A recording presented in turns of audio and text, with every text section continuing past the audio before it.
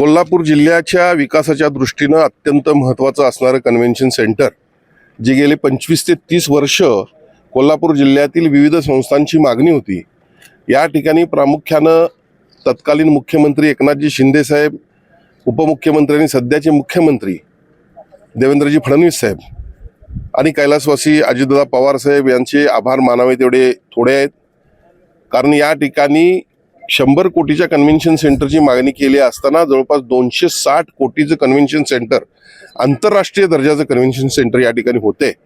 आणि या कामाच्या पाहणीसाठी इथं आलो असताना अत्यंत चांगल्या पद्धतीनं सुपिरियर काम या ठिकाणी सुरू आहे असं म्हटलं तर चुकीचं ठरणार नाही. मला खात्री आहे वर्षभरात हे कन्व्हेन्शन सेंटर पूर्ण झाल्यानंतर या ठिकाणी मोठ्या प्रमाणात कन्व्हेन्शन्स होतील. प्रत्येक क्षेत्रातील व्यवसायासाठी, एनजीओसाठी, प्रत्येकासाठी हे कन्व्हेन्शन सेंटर अगदी आपण कलाकारांसाठी देखील अत्यंत महत्त्वाचं ठरलं असं मला वाटतं.